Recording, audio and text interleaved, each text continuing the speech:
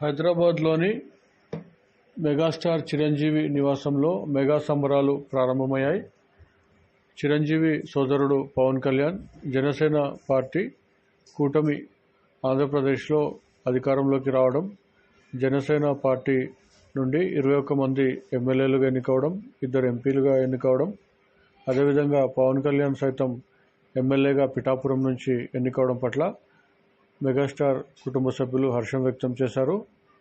ఎన్నికల అనంతరం మొదటిసారిగా పవన్ కళ్యాణ్ చిరంజీవి ఇంటికి రావడంతో సంబరాలు మిన్నంటాయి.